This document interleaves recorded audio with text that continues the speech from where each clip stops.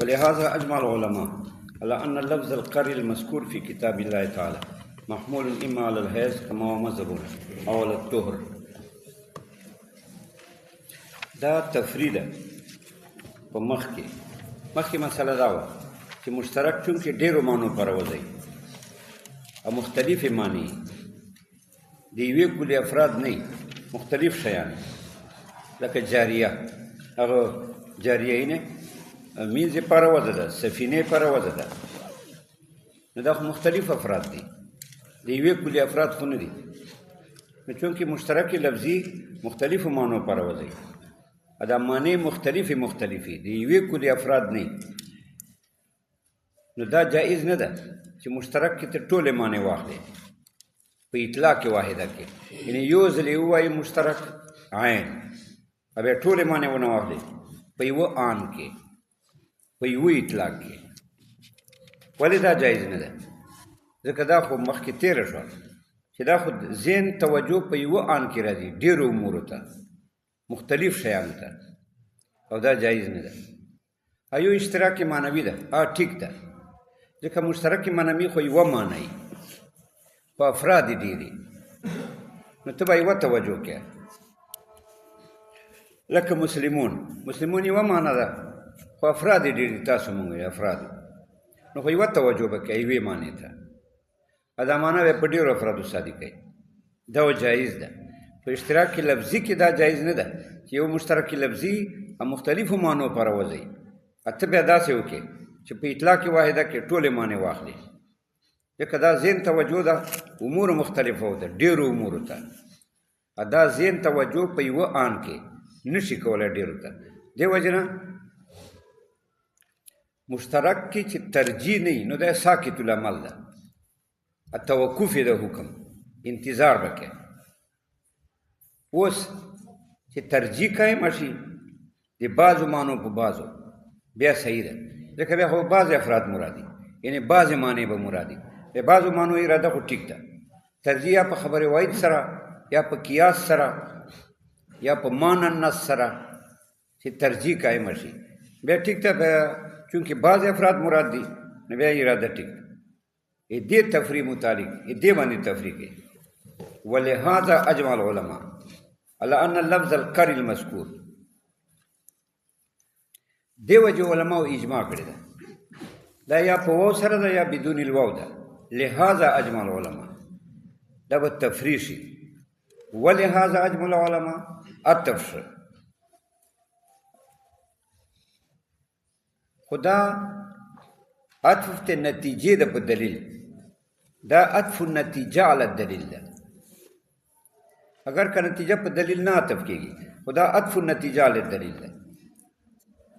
ولهذا اجمع العلماء ایا خو نه بغیر ده لهذا نو بیا تفرید په مخ کې ا دې مخ کې فرع بیانې فرع معنی جزئی یو جزئی بیانې ایا و عطف ده به بدا عطف النتیجه علی الدلیل نو دا کثیر الوقوع نه ده اوس علماء اجماع کړی ده په دې چې قرء لفظ څه ده چې په دې عبارت مبارک کې ذکر ده ثلاثه قروء یتربصن بانفسهن ثلاثه قروء دا قرء لفظ مشترک ده ادا مشترک لفظي ده یعنی ډېرو معنو پر وځه ده حیث پر وځه ده طهر پر وځه ده ځکه چې صحابه یې دواړه معنی اخیستې دي بعضې صحابه یوه معنی مراد کړې ده بعضو بله معنی معلومه شوه چې دا معنی لغوي دي دا دواړه معنی لغوي دي طهر معنی معنی لغوي ده حیض معنی معنی لغوي ده ولې صحابه یې اراده کړې ده که نه بعضو یوه بعضو بله نو دا مشترک لفظي شو دواړو معنو پر وځه نو علماو دا تفریق کړې ده چې قرء لفظ چې په کتاب الله کې ذکر ده دې نه دواړه نشي اخیستی چې هم حیض واخلې هم طهر واخلې ځکه دا خو توجه د ذهن په هغې واحده کې امور کثیره ورته ده بل دا خو امرین متنافیین دي حیض او طهر خو منافي دي ته په یوه آن کې واخلې نو دا خو جمع بین المتنافیین ده دې وجې نه جمع بین المتنافیین ټیک نه ده نو دواړه نشي اخیستی نو یا به حیض اخلې یا به طهر اخلې نو احناف داسې وایي چې حیض ده، ځکه ثلاثه معنا پسه پوره کېږي درې، چې ته کرع نه حیض واخلې بیا درې حیضه عدت ته، ځکه ته طلاق په طهر کې به ورکړې او درې حیضه به تېر شي بس خلاصه. او شوافیو پر دې باندې بیا کرع نه مراد طهر ده، هغو پر دې باندې په ثلاثه عمل نه راځي، ځکه سنت طلاق ده په طهر کې، نو چې دا طهر ورسره ګڼې دوه نور طهرونه نو بیا خو څه کم درې شو، که دې نه علاوه نور درې ګڼې یو طهر دا ده چې د طلاق یې ورده پکې، نو په درېو زیادت راله. خو بهرحال دو کرع نه مراد طهر اخلي. دو استدلال کوي د ثلاثه تو سره، چې ګوره ثلاثه په تی ذکر ده، اسم عدد ده، ثلاثون عشره پورې چې په تا سره ذکري نو د دې تمیز به مذکري، تمیز پسه مذکر راځي چې کرع نه طهر واخلي، طهر مذکر ده، ثلاثه په تی سره ده،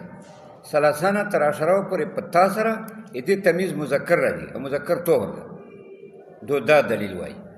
موږ څه وایو؟ موږ وایو چې ګوره ثلاثه چې دا دې باندې عمل پسه ممکن ده چې کرع نه حیض واخلي، چې کرع حیض شي نو بیا درې حیضه ټیک دي، ځکه طلاق په طهر کې وي او درې حیضه به تېر شي بس خلاصه ده، زیادت کمی نه پکې راځي. او چې ته طهر واخلې بیا خو په درېو عمل نه راځي، ځکه دغه طهر چې طلاق ته پکې ورده که دا ګڼې دوه نور ګڼې خو چې کم درې شو، که درې مستقل ګڼې او یو دا لا زیاتي شو پسې نو په درېو زیادت راغی.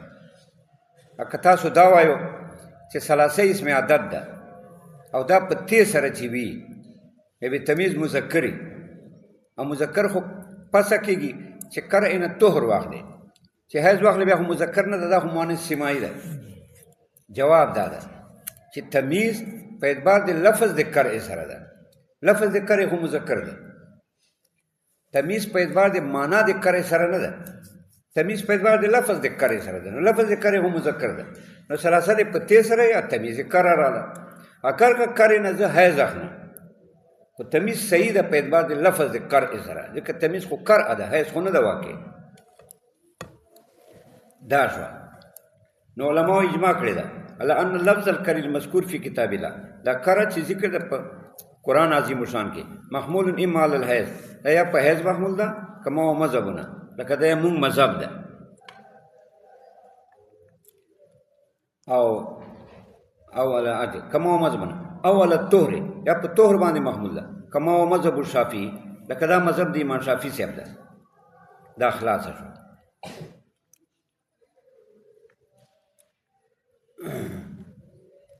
او جمع خو ممکنه نه ده لکه مونږ وویله، ځکه دا خو توجه د ذهن په ایوان کې ډېرو ته ده، بل دا خو جمع بین المتنافیان ده. خلاصه شو ده. وقال محمد رحمه الله اذا اوصى لموالي بني فلان ولبني فلان موال من اعلى وموال من اسفل فمات بطلت الوصيه في حق الفريقين. دا بل تفریق ہے. امام محمد سے فرمائی چې یو سړی د موسی ده وصیت کوي، او وصیت کوي له موالي بني فلان، چې دا فلانکۍ بني فلان چې دي قبیله چې ده دې کوم موالي دي، موالي موتیک ته وایي موتک ته وایي، چې کوم موتیک یا ته مولا وایي، ځکه مولا متصرف ته وایي. یو سړی موتیک ته یو سړی آزاد کړی ده، بني فلان یې آزاد کړي دي،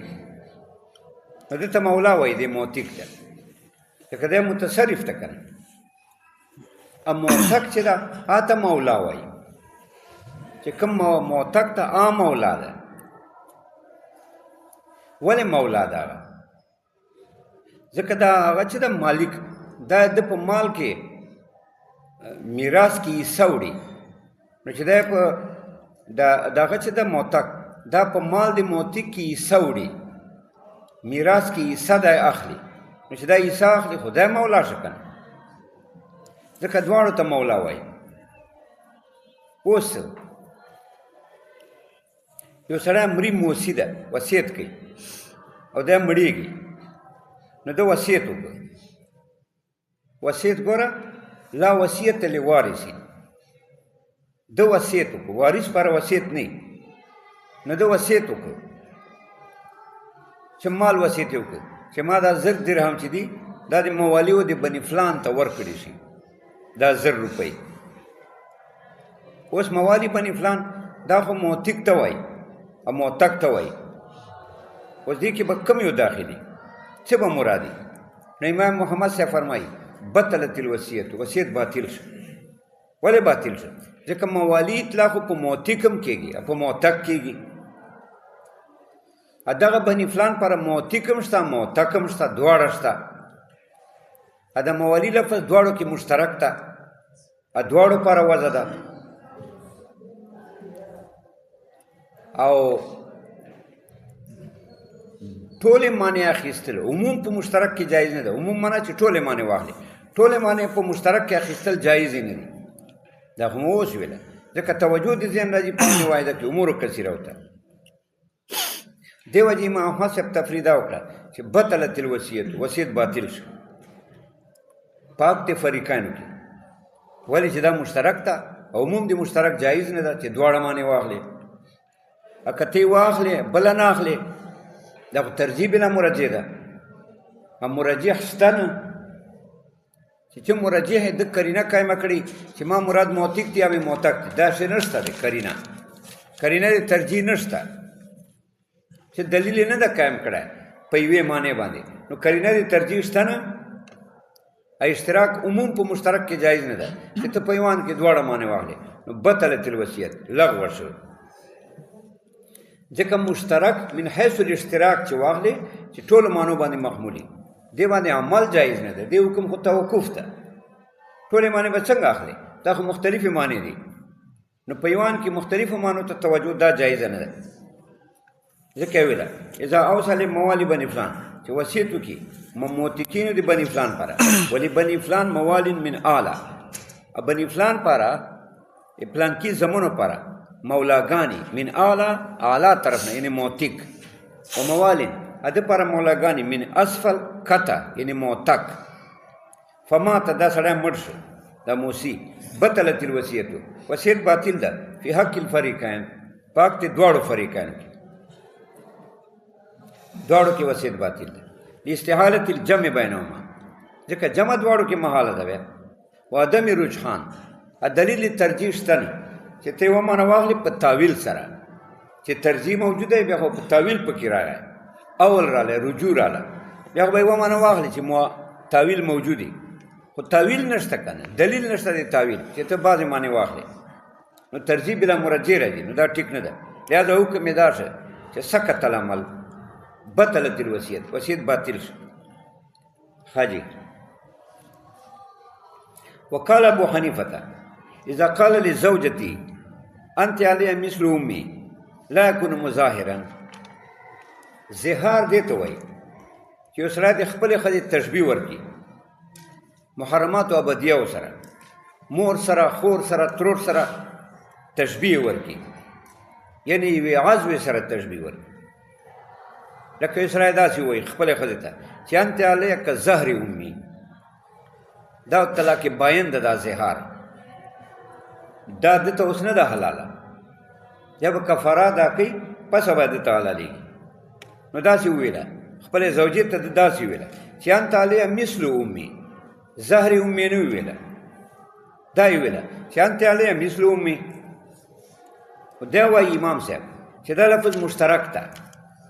چې داسې وویله چې انت علیه مثل امي. دې کې ډېر معنو احتمال ده. دې کې دا احتمال هم ده چې انت علیه مثل امي، ته ما خواته په شان د ما مورې په احترام کې،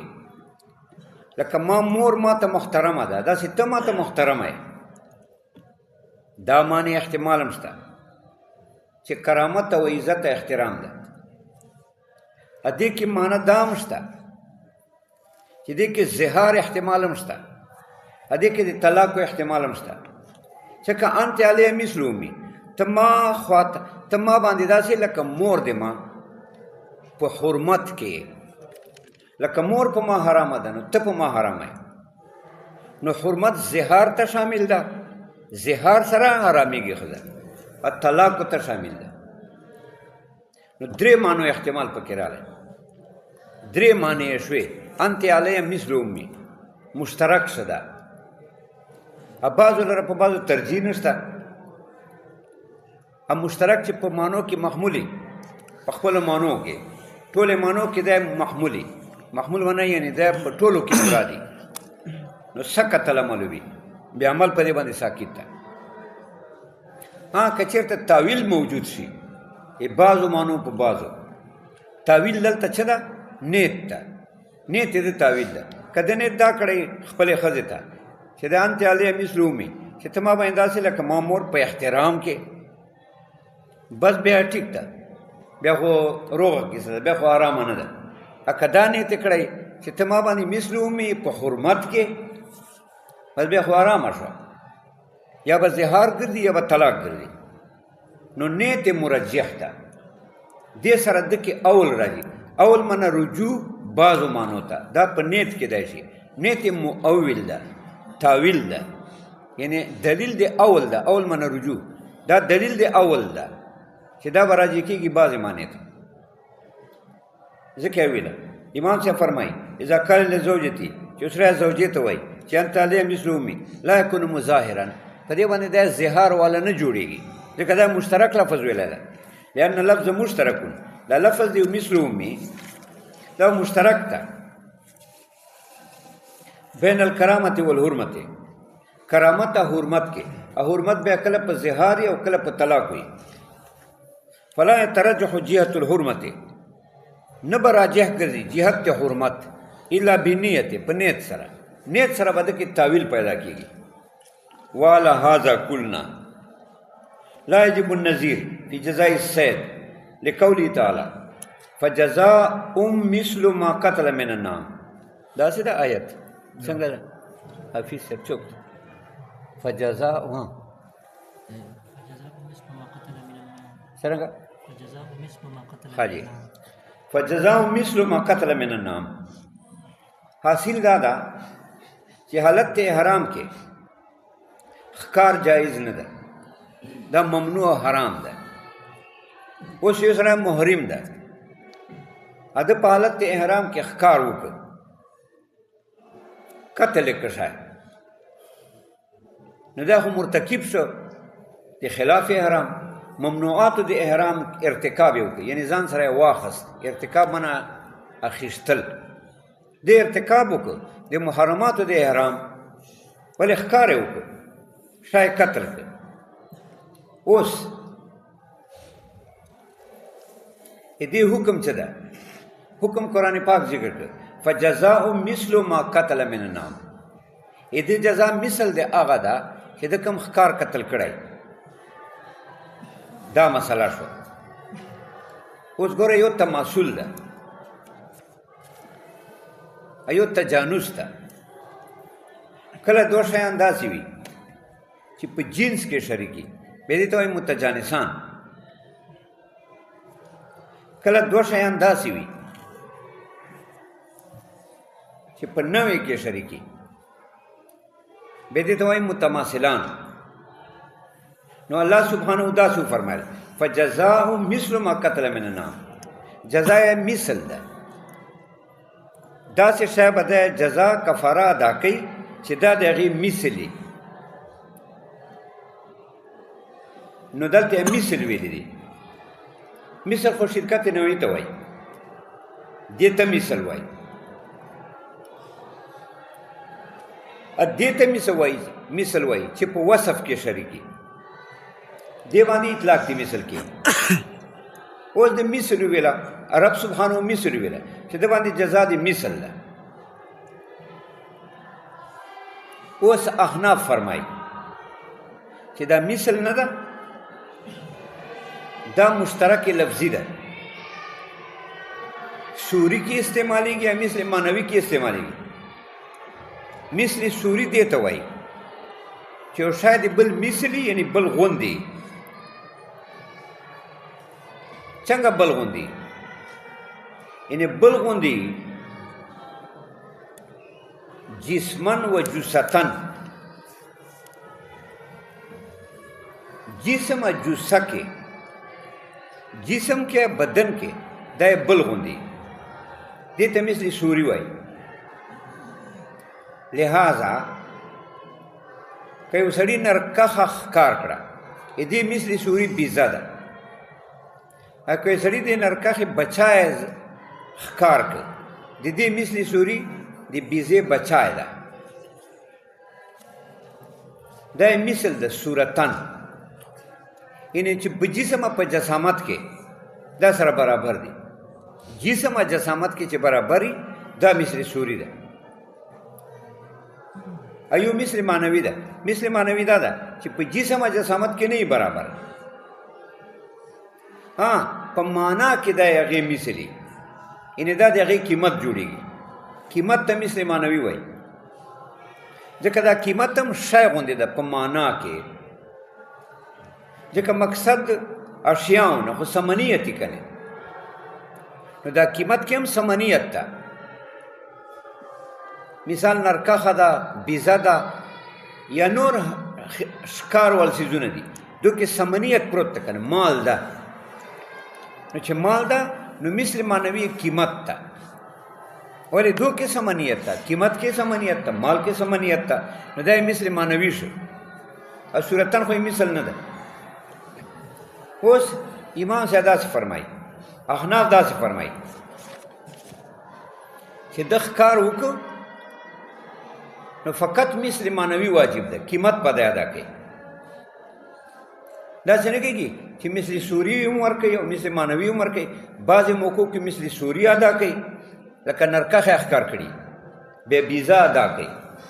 او بعضې موقعو کې مثل معنوي چې کله مثل سوري نه وي بیا مثل معنوي ورکوي قیمت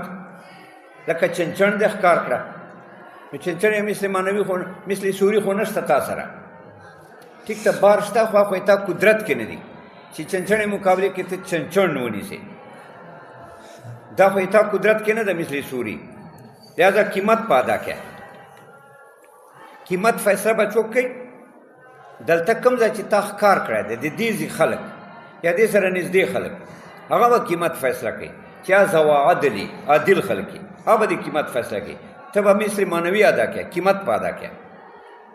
ولی مثل سوری ممکن نه ده بیا ته خو چنچنې مثل نسې ادا کړه یا د حمام د کمترې مثل خو ته نشې ادا کوی چې کوم غره والا کمتره وي هغې مثل خو ته نشې ادا کوی یا دا ببوغې ورته وایي د دې مثل خو تا سره نشته مثل سوري یا سرکچۍ ورته وایي سرکچۍ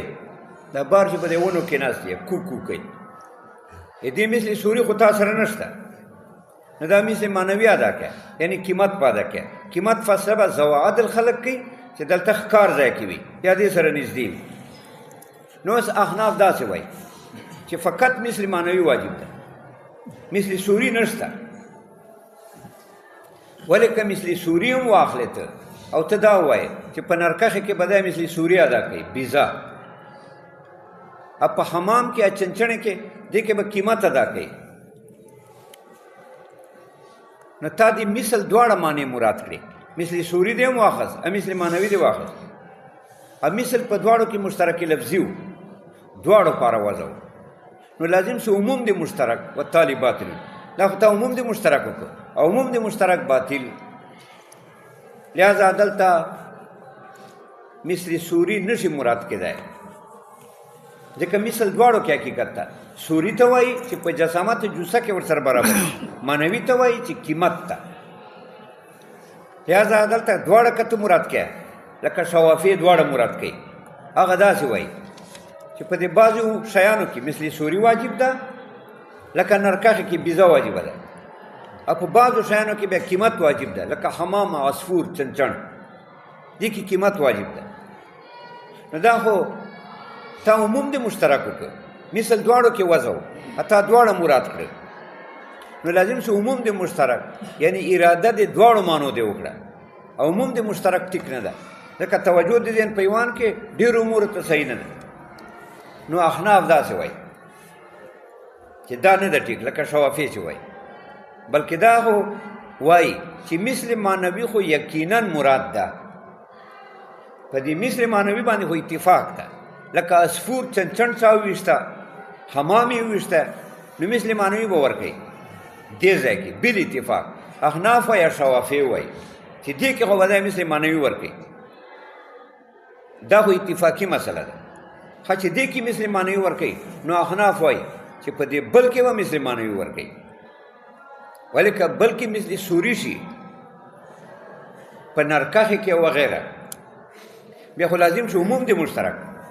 عموم د مشترک غلط، لہذا مثل معنوي خو به هر حال مراد ده. په بعضې ښکارونو کې مثل معنوي خو به هر حال مراد ده چې مثل سوري نه لري، هغه خو یقینا قیمت ده. نو په دې نورو کې قیمت شو، که نورو کې ته سوري مثل اخلي لازمیږي عموم د مشترک و طالبات ځکه یې ویله فجزاء مثل ما قتل من النعم،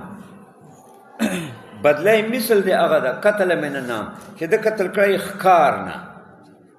الآیه لأن المثل مشترک بین المثل صورتن و بین المثل معنن. دلیل دا ده دې مثال تطبیق کوي ممثل سره. دلیل دا ده لأن المثل مشترک، مثل خو مشترک ده بین المثل صورتن و بین المثل معنن، و ما بین مثل سوری معنوي کې. معنوي صورت مثل څه ده؟ قیمت ده. قیمت دا مثل ده په معنا کې، ځکه مقصود دې شیانو نه خو ثمنیتي که نه، نو چې ثمنیتي نو دا قیمت څه ده؟ دا یې مثل ده، په ثمنیت کې مثل ده، نو دا مثل معنوي شو. وقد اريد المثل من حيث المعنى، او په تحقیق سره مراد شوی ده مثل په اعتبار د معنا سره، بهذا النص په دغه نص سره، فی قتل الحمام والعصفور په قتل د کوترې کې، په قتل د چنچڼې کې، ونحوهما بالاتفاق. دا مثل معنوي خو په دغو کې یقیني مراد ده، اتفاقي مراد ده، ځکه دې پر خو مثل سوري شته نه، نو دې خو مثل معنوي بهرحال ورکوي. فلا يراد المثل من حيث الصورت، نو مثل سوري به نه مراد کېده دلته چې ته وایې چې په نرکخې کې به دی بیزه ورکوي. اذ لا عموم للمشترک اصلا، ځکه عموم مشترک پر نشته. فیسقط اعتبار الصورت، نو ساکت ته په دې آیت کې اعتبار د مثل سوري لاستحالة الجمع، ځکه جمع محاله ده که نه چې تم دواړه مراد کې، چې تم مثل سوري واخلې هم مثل معنوي اخلې، جمع ټیک نه ده، ځکه لازمیږي عموم د مشترک. دا خلاصه شو. اوس سوال ده په دې باندې چې لکه ته مثل معنوي یاده چې په دې کمتره کې او په دې شنو کې مثل معنوي ده، نو کمترو باندې خو نام اطلاق نه کېږي، نام خو چارپایانو ته وایي. فجزاء مثل ما قتل من النعم، دا خو له سره نعم دي نه، چنچڼه شوه کمتره شوه دا څیزونه، دې کې څنګه ته وایي چې دې کې مثل واجب ده قیمت واجب ده، دې باندې خو نعم اطلاق نه کوي. جواب دا چې نعم نه مراد صید ده، صید ښکار.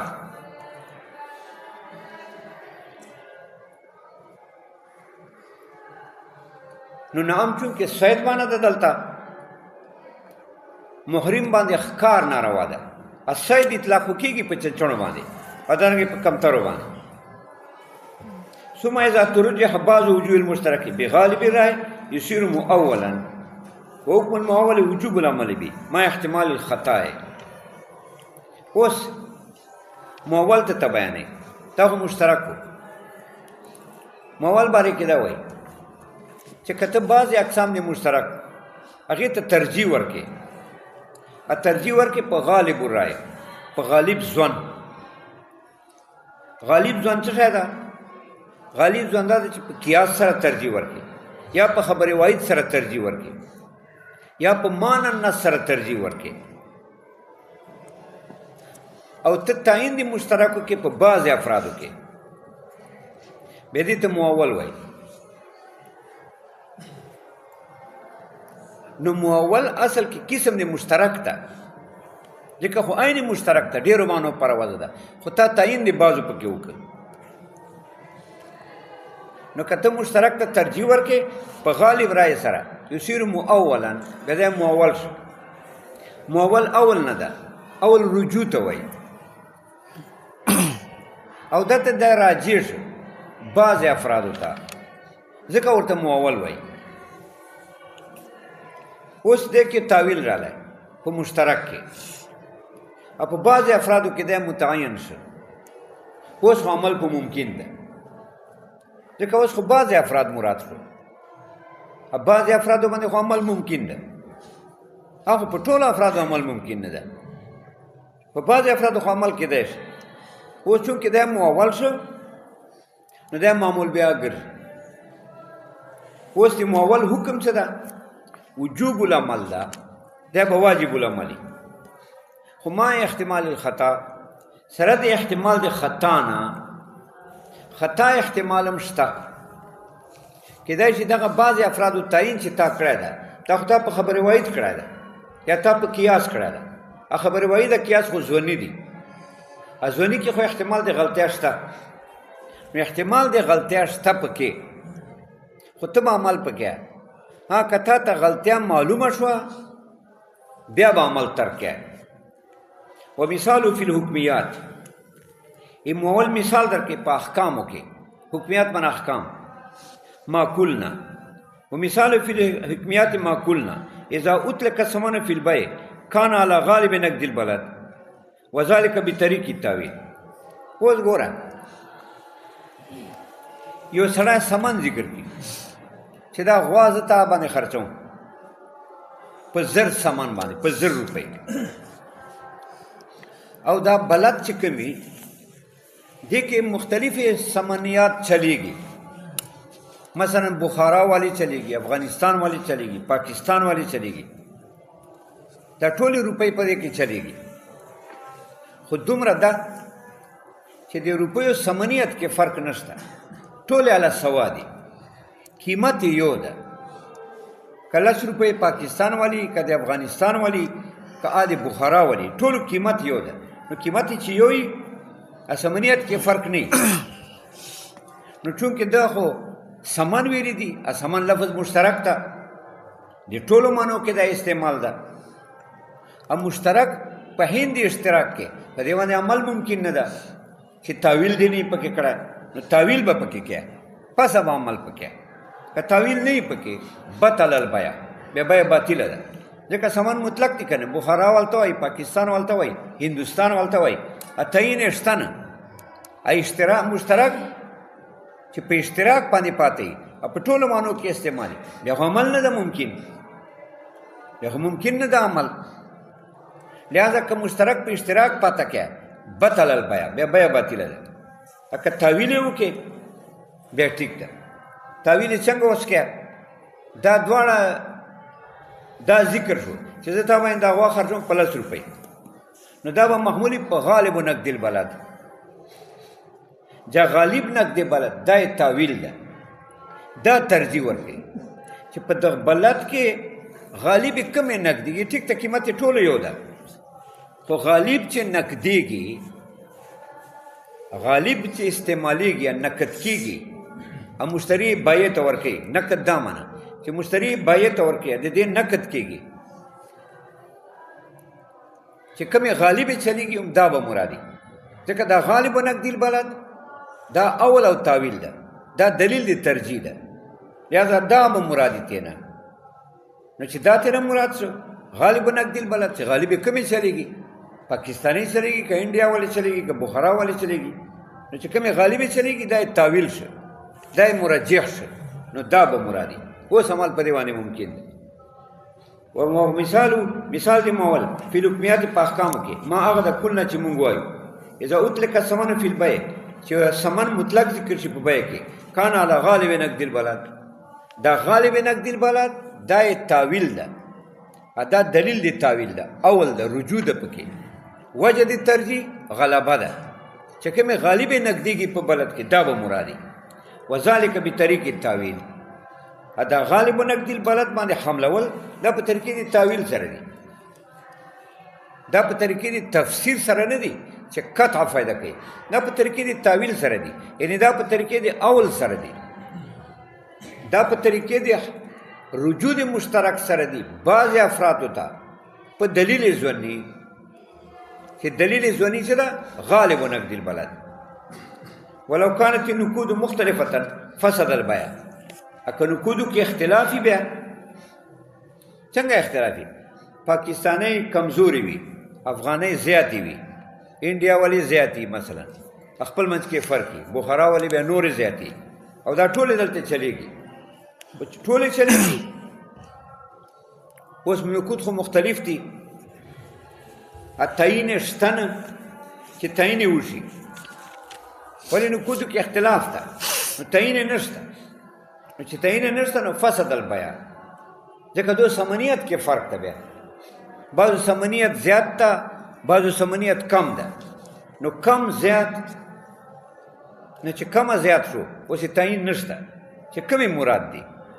دا مفضي ګرځي نزاع ته بین المشتري والبایع، ځکه بایع به هغه بایع به وایي چې ما ته هغه بخارا ولې راکړه چې ډېر ثمنیت لري، ډېر قیمت لري. مشتری به وایي چې نه زه تا ته پاکستاني درکوم چې کم قیمت لري.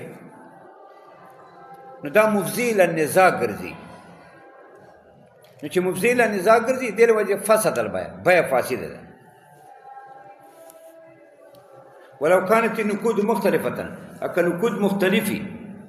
په قیمت کې. اوس دفع د سوال ده چې لکه خدا په غالب محمول کنه، چې کوم غالب یې چلیږي خو به مرادي کنه، ابه یې تاویلي، ابه یې اولی کنه. ځکه مخکې تاویله چې په تاویل سره موږ مشترک حملولی شو په بعضې افرادو کې. تاویل یې دا ده چې ترجیح ورکړي. ترجیح دا ده چې غالب و نقد البلد، چې کومې غالبي بس دا یې ترجیح ده کنه. خدا په غالب باندې محمول کو کنه، چې کوم بلد کې غالب یې چلیږي بس دا یې مرجح ده. لاندې نکته ورته لګي فی المالیة دون الرواج. دا نکته ده ورته چې دا نقود مختلف دي خو په مالیت کې مختلف دي. یعنی پاکستانی کم مالیت لري، ثمنیت کم ده پکې. بخارا ولکې زیات ده، انډیا ولکې هغې نه زیات ده یا کم ده. نو دا مختلفې دي خو په مالیت کې مختلفې دي. دون الرواج، رواج کې نه مختلفې. رواج دی ټول وي رواجي. پاکستانی هم چلیږي، انډیا والی چلیږي، بخارا والی چلیږي، افغانستان والی چلیږي. دا تمیز ته نشي کولی چې دا غالب و نقد البلد دا یې مرجح کې چې کومې غالب یې چلیږي بس دا یې ترجیح ده، دا یې اول ده. نه نه غالب یې نه یي که نه، رواج کې ټولې برابرې. نو چې رواج کې ټولې برابرې دي نو غالب و نقد البلد خو پکې نشته چې دا ورپاره تاویل شي او دا ترجیح ورکړي، تعین د بعضو وکړي. دا خو شته نه، دي مختلفې رواج کې برابرې دي. نو تاویل یې نشي کېدای چې بعضې ته ترېنه واخلې. مشترک په اشتراک حملېدای نه شي چې ټولې واخلې، ځکه مشترک په ټولو معنو کې خو باطل ده،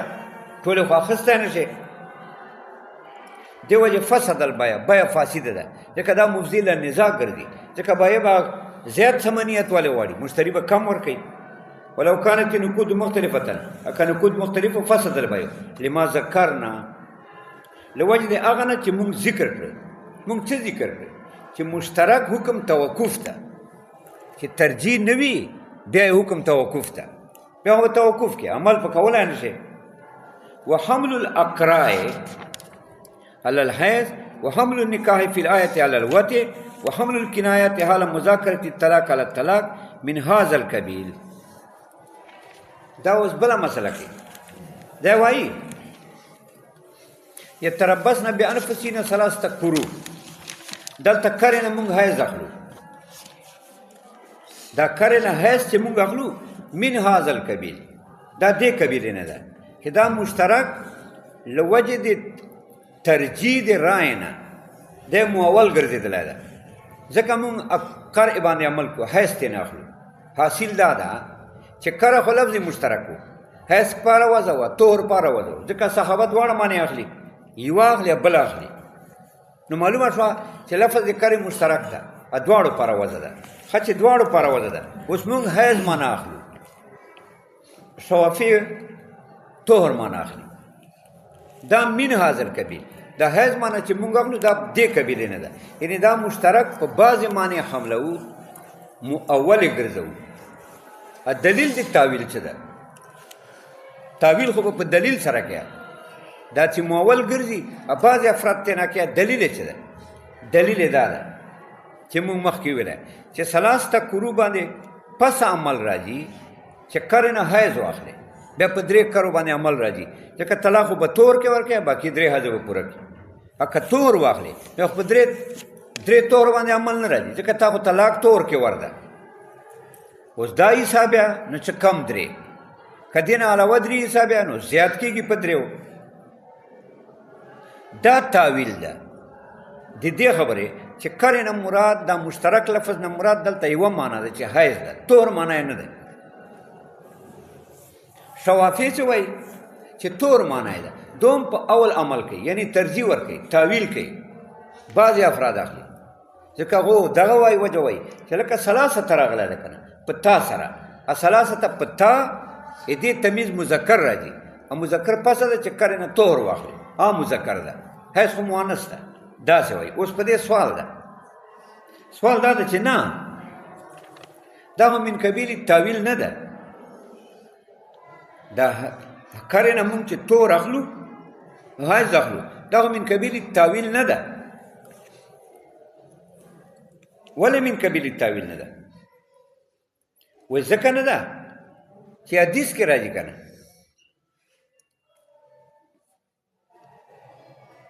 چې طلاق الامت تطلیقتان و عدتها حیضتان د منځ طلاقونه دوه دي عدت 2 حیضه دي دې نه مونږ معلومو د حدیث نه مونږ معلومو چې عدت هغه چې د هورې 3 حیضه دي ځکه عامې حکم په نصف ته هورې ده د عامې عدت خو 2 حیضه شو نو معلومه شوه چې حکم د عامې په نصف ته حکم د هورې ده نو هورې ول به 3 حیضه او په 3 حیضو کې خو تنصیف نشي کېدای چې یو نیم حیض دا عدت منځي شي نو عدت منځي 2 حیضه شو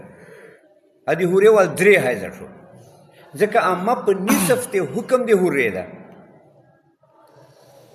نو اصل کې خو دول یو نیم حیض راځي خو چونکې حیض تجزي نه قبلې نو 2 حیضه شو د هورې ول 3 شو دا ګوره دا خو تاویل نه شو دا خو تفسیر شو جواب دا چې نه تفسیر خو په قطعي سره کېدای شي دا خو حدیث ته ظني ده په ځوان سره تفسیر د قطعي نه شي کېدای چې ته ثلاثه قرو تفسیر وکړې په حیض سره او دا ورپره تفسیر واقع کې او دا یقیني وګرځه دا خبره واحد ده خبره واحد نه ګرځي تفسیر لپاره د قرء په قرآن پاک کې تفسیر خو به متکلم خپله کوي او متکلم رب سبحانه ده نو رب سبحانه په خپله تفسیر نه ده کړی د ثلاثه قرو نو دا څنګه تفسیر ده تفسیر خو قطع فایده کوي متکلم طرف نه دا خو حدیث خبره واحد ده دا خو ځواني ده نو دا تفسیر نه ګرځي دا تاویل ګرځي لہذا دا تاویل شو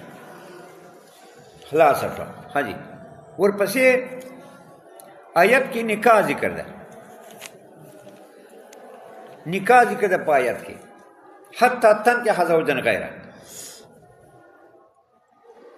که چېرته خاوند ولګېدی خپلې ښځې ته طلاقونه ورکړه 3 نو فلا تحل له نو دته دا حلاله نه ده حتی تنکح زوجا غیره چې بل زوج سره نکاح نه یې کړی اوس دلته مونږ وایو چې نکاح لفظ مشترک ده نکاح عقد ته وایي او وطې ته وایي دواړو کې مشترک ده دا لفظ د نکاح نو دلته نکاح نه مونږ مراد وطې اخلو مونږ داسې وایو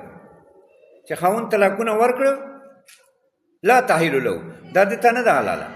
حتی تنکح زوجا غیره چې بل زوج سره نکاح وکړي هغه وطې ورسره وکړي او بیا طلاقونه ورکړي بیا عدت تېر کړي بیا اول کولی شي نو دلته نکاح مشترک لفظ ده وطې کې عقد کې و دلته دا نکاح مونږ حملوو په وطې باندې من هذا القبیل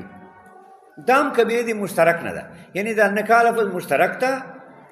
دا وطې معنا چې مونږ اخلو دا وطې معنا چې مونږ اخلو دا په دلیل ځواني دا تاویل باندې بنا ده څنګه تاویل باندې بنا ده داسې تاویل باندې بنا ده چې ګوره دلته رب داسې ویلي دي حتی تنکح زوجا غیره چې نکاح وکړي بل زوج سره نو دا نفسي نکاح څه ده دا خو زوج نه معلومیږي ځکه زوج وایي هغه ته چې نکاح وکړي نو دا نفس نکاح خو زوج نه معلومیږي نو دا تنکحه په معنا د توطئه سره ده لہذا تنکحه معنا وطئ ده دا مونږ معلوم که په دلیل ظني هغه دا چې زوج نه خپله نکاح معلومیږي عقد بیا چې زوج نه خپله نکاح معلومیږي لہذا دلته تنکحه په معنا د وطئ سره شو دا په دغه دلیل سره مونږ تعویل وکړو او دلته نکاح دا په وطئ کې استعمال شو نو نکاح خو لفظ مشترک و عقد کې استعمالی دی وطئ کې استعمالی دی دلته په وطئ کې استعمال شو بنا په دلیل ظني اوس سوال دا دی چې دا خو دلیل ظني نه ده دا خو قطعي ده دا خو یقیني خبره ده چې نکاح زوج نه معلوم ده بیا دې نه مخکې تنکحه ویلی ده نو بیا تنکحه نه نکاح اخیستل دا خو نه ده نکاح نه خو به خامخا وطئ اخلي ځکه که نکاح نه ته بیا نکاح واخلې لکه زوج نه نکاح معلومیږي بیا خو دا تاکید شو تاکید نه خو تاسیس اولا ده لہذا تنکحه به وطئ معنا اخلي نو دا خو قطعي دلیل ده دا څنګه ته وایي چې دا تاویل ده تاویل خو په دلیل ظني سره وي دا خو قطعي دلیل ده جواب دا چې نه قطعي دلیل نه ده که قطعي دلیل وی و دې کې ایمو اختلاف نه و حالانکه ایمو اختلاف ته په دې کې امام شافعي صاحب نکاح په نکاح هم لي او وطئ معنا نه اخلي نو که دا چېرې قطعي دلیل بیا قطعي دلیل کې ایمه اختلاف نه کوي بیا خو به ټولو په دې اتفاق و خو ټولو خو په اتفاق نه ده په که نه چې نه ده اتفاق نو معلومه شوه چې تنکحه نه وطئ معنا اخیستل دا په تاویل مبني ده دا یقین نه ده ورنه بیا امام شافعي صاحب دې کې اختلاف نه کولی دا نه حمل الکنایت علی مذاکرة الطلاق کنایه الفاظ یو سړی وایي خو مذاکره د طلاق وي مثلا یو سړی د خپلې زوجې سره طلاق و مذاکره کوي طلاق و تذکره کېږي خپل منځ کې یاره تا طلاق کول پکار دي نه دي پکار څنګه زه تا سره خوښ یم نه یم خوښ دا کیسې کېږي او دلته کنایات استعمال کړي لکه بین لفظ نو اوس بین لفظ دا خو مشترک لفظ ده ظهور ته وایي یا جدایي ته وایي نو په دغه وخت کې دا بین لفظ استعمال کړي او دا ورته وایي چې تا منځ کې مباینت ته بین ټکی استعمال کړي نو بین خو ظهور ته هم وایي او بین جدایي ته وایي نو دا کنایه ده طلاقونه جدایي خو کنایه ده که نه طلاقونه تصریح خو په طلاقونه ده نو دغه کنایات دا به مونږ په طلاقونو باندې حملو حین مذاکرة الطلاق کله چې زوجانو منځ کې خپل منځ کې مذاکره د طلاق وي نو دا مذاکره د طلاق و چې دو منځ کې مجلس د طلاق کېږي او دې وخت کې دا کنایات لفظ استعمال کی نو دا کنایه به مونږ حملو په طلاق باندې له وجې د قرینې مرجحې نه چې قرینه مرجحه څه ده چې مذاکره د طلاق ده ځکه یې ویله وحمل الاقراء حمل د کرې په حیض وحمل النکاح فی الآیة علی الوطئ حمل د نکاح په آیت کې چې حتی تنکح زوجا غیره په وطئ باندې وحمل الکنایات حمل د کنایاتو د طلاق حاله مذاکرة الطلاق په وخت مجلس د طلاق زوج زوجې منځ کې چې دا کنایه چې بین ټکی ده دا ته حمله په طلاق باندې علی الطلاق من هذا القبیل دا ټول قبیلې د تاویل نه دي دا ټول تاویل ده ان په مشترک کې تاویل ده په دلیل ظني ولهذا قلنا الدين المانع من الزکات یصرف الى ایسر المالین قضاء للدین ورفر محمد على هذا فقال اذا تزوج امرأة على نصاب اوس بله مسله کې دې باندې بله تفریق کوي ګوره که یو سړي باندې دایري قرضه یې په چې کل مال یې ګیر کړی یا یې نصف ګیر کړی دا مانع من الزکات ده بیا زکات په تا باندې نشته اوس یو سړی ده صاحب انصاب ده ډېر نصابونه ورسره دي دراهم دنانیر شته ورسره سامانونه شته ورسره حیوانات شته ورسره دا ټول نصابونه د سره پوره دي د دراهمو د دینارو وال ده دارنګه د سامانونو وال نصاب هم پوره ده د حیواناتو وال نصاب هم پوره ده او د باندې قرضه ده قرضه خو مانع نه زکاتي دا قرضه به کوم نصاب ته متوجه وي نو دا وایي چې قرضه چې دا به دراهم دینار ته متوجه وي ځکه دراهم دینار ایسر دي هغې حصول خو آسان ده دراهم دینار هغې کې دا نه ده چې ته به بازار ته ځې عمل به کوې نه دراهم دینار نصاب تا سره شته به دلته به یې ورکړې که نه دی خلاصه شوه هیڅ تکلیف پکې نشته سامان نه چې ته دین ادا کوې خو سامان خو به خرچه بازار کې وړې به یې بازار ته یا حیوانات دي هغو نه چې ته دین ادا کوې خو تو به حیوانات بیا یې میلې ته میلې کې به خرچوې بیا به پیسې دغه کوې بیا به قرض ولته ورکوې نو چونکې دین ادا کول د رحم دنانیرو نه دا آسان دي سامانونو نه حیواناتو نه ګران دي نو دا به معمولی په ایسر المالین لہذا ته به دین چې ورکوې دراهم دینارو نه به ورکوې دا آسان دي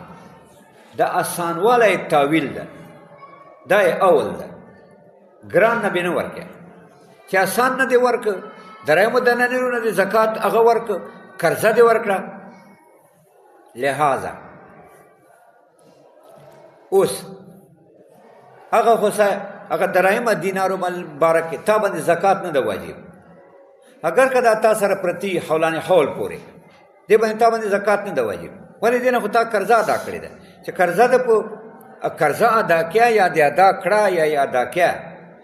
د قرضې کې زی ټوله یا نیمه زی پکې نو چې زی پکې نو تا باندې زکات نه ده واجب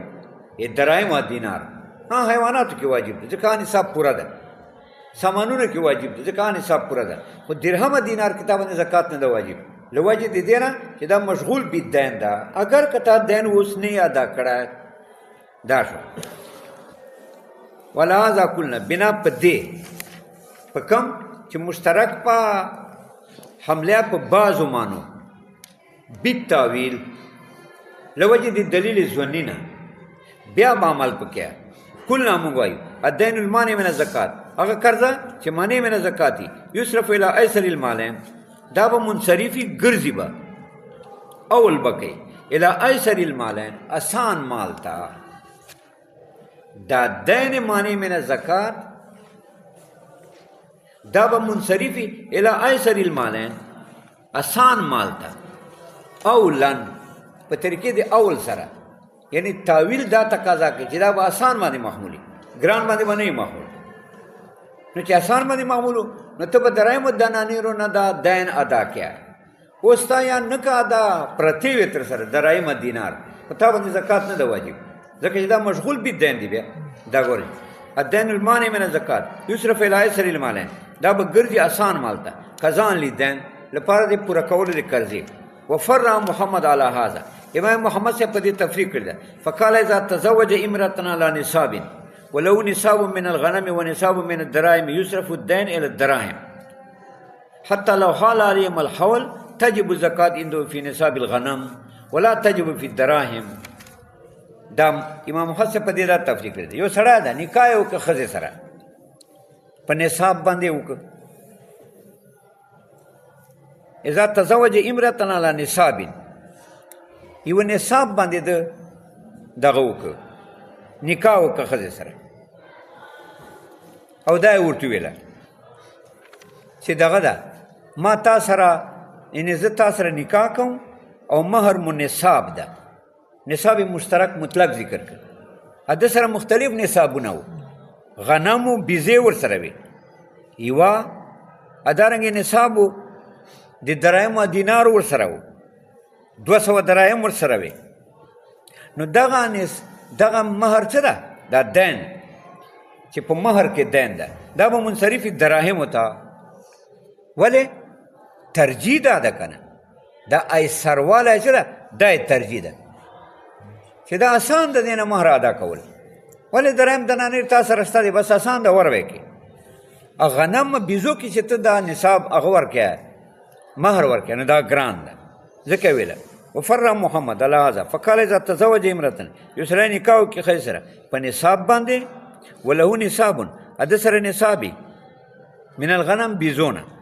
لکه 40 بیزي ونصاب من الدراهم د سره نصاب د روپیو وي یصرف الدین الی الدراهم دا دین په مهر کې دا به منصرفي دراهمو ته آنه به ورکوي ولې لاندې نکتې ته ګوره لأنه ایسر کزان من الغنم دې ادا کول اسان دي که نه دا ادا کولې دا مرجح ده دا تاویل ده پکې حتی لو حال علیم ان تاویل یې دغه ده دا خو مشترک لفظ و ته خو داسې ورتېري وو چې زه به تا ته نصاب درکوم دا یې ورتېري وو اوس روپۍ دي هغو نصاب هم کیدای شي غنم بیزې دي هغه نصاب کیدای شي غواګانې دي هغه نصاب کیدای شي خو دا به محمولي په دغه باندې په دراهمو په دینارو باندې له وجې د تاویل نه تاویل یې څه ده چې دا اسانوالی ده دا اسانې دي یا نور ګران دي دا ګورئ حتی لو حال علیهم الحول حتی چې یصرف الدینو دا دین فی المهر څه ده دا به منصرف دراهمو ته ځکه دا اسانې دي قضاء من الغنم دې ادا کول اسان دي که نه حتی لو حال دا اسانوالی دا مرجح ته دا تاویل ده حتی لو حال علیهم الحول که دې باندې کال تېر شو تجب الزکات عنده واجب د زکات په نزد د امام محمد سے فی نصاب الغنم ولې ځکه هغه مهر چې وه قرض د مهر هغه خو اسان ته راجع و اسان خو روپۍ وې دراهم و نو دا غنم چې د سره بیزي دي دا نه دی مصروف بالدین دا خو نه دی مصروف بالدین مصروف بالدین خو دراهم دینار دی نو چې هغه مصروف چې اگر که دا ادا کړي نه وي مهر یې نه وي ورکړی ښځې ته ورکړي خو یې نه دي خو دا مهر منصرف ته دراهم دینارو ته د سره پرتې دي نو دا دین حکمن دراهم دینارو کې ده بیزو وغیره کې نشته لہذا کال تیر شو نو دی به دراهمو دنانیرو نه زکات نه ورکوي بلکې دی چې زکات ورکوي نو دی به یې هغه نه ورکوي غنمو نه به ورکوي غواګانو نه به ورکوي وغیره ځکه نه دي مصروفي بالدین دا مصروف بالدین دي لوجې د تاویل نه حتی لو حال علیهم الحول تجب الزکات عنده واجب د زکات په امام حسن په نصاب د غنمو کې ولا تجب فی الدراهم دراهمو کې نه ده واجب ولو ترجح بعض وجوه المشترک ببیان من قبل المتکلم کان مفسرا بله مسله کې مسله دا ده چې مشترک کې کله سره تاویل کوي په دلیل ظني کله کله متکلم خپله بیان وکړي دا خپل بیان دا تفسیر ده دا قطعیاتونه ده دا قطعي ده ولې صاحب مراد خو متکلم ده صاحب عبارت متکلم ده صاحب اراده متکلم ده او متکلم خپله تفسیر وکړه خو خپل مراد یې واضح کړي یقینا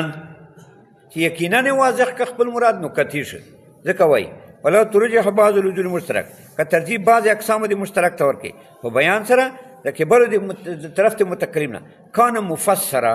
و حکم دا ده انه یجب العمل به یقینا چې عمل په دې باندې واجب ده په طور د یقین سره مثال اذا قال لفلان علیه 10 دراهم من نقد بخارا دا یې ویله لفلان علیه 10 دراهم فلانکي اقرار یې وکړه په قرض چې د فلانکي سړي ما په ذمې باندې 10 دراهم دي دا یې ویله و صرف دا ویل چې لفلان علیه 10 دراهم دا خو ډېر احتمال لري دا خو مشترک ده ولې احتمال لري چې دا پاکستانی یادی هندوستانی یادی افغانستانی یادی بخارا والی یادی خو متکلم خپله تفسیر وکړه من نقد بخارا چې نقود د بخارا دی دا ورنه مراد دی نو تفسیر په خپله وکړه چې په خپله تفسیر وکړه فقول من نقد بخارا دا نقد بخارا والی تفسیر له دا تفسیر د 10 دراهمو ده فلولا ذالک که دا نقد بخارا ټکی نه وی تفسیر نه وی لکان منصرفا الی غالب نقد البلد بیا خو به مخکې مو ویلي بیا خو منصرف وي دا به ګرځېدی غالب نقد البلد چې په بلد کې کمې غالبې چلېږي هغې باندې به دا محمول وي غالب نقد البلد دا به یې تاویل و که چېرته بخارا ټکی نه وی ویلی بیا به دا تاویل و 10 دراهم به مشترک و دا به محمول په غالب نقد البلد غالب نقد البلد به یې تاویل و خو لیکن اوس د خپله ویله چې تفسیر یې وکړه په بخارا سره اوس تاویل نه شو اوس تفسیر شو التفسیر یقینیاتو د متکلم نه اوس یقین پیدا کوي ځکه ویله فلولا ذالک که نه وی دا من نقد بخارا لکان منصرفا الی غالب نقد البلد بیا خو دا مشترک و دا غالب نقد البلد دا یې تاویل و معنی په بلد کې خو ډېرې چلېږي خو غالبې چې کومې چلېږي دا یې تاویل و بطریقې تاویل نه په طریقې تاویل سره به دا معمولي په غالبو باندې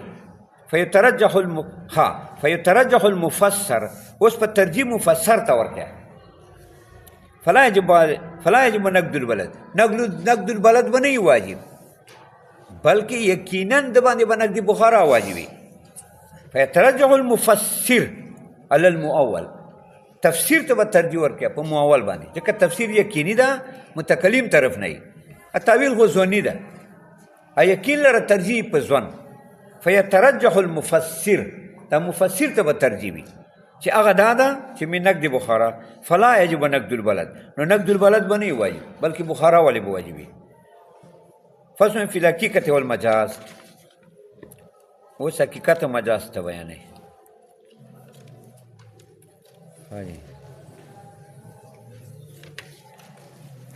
بس پوه شئ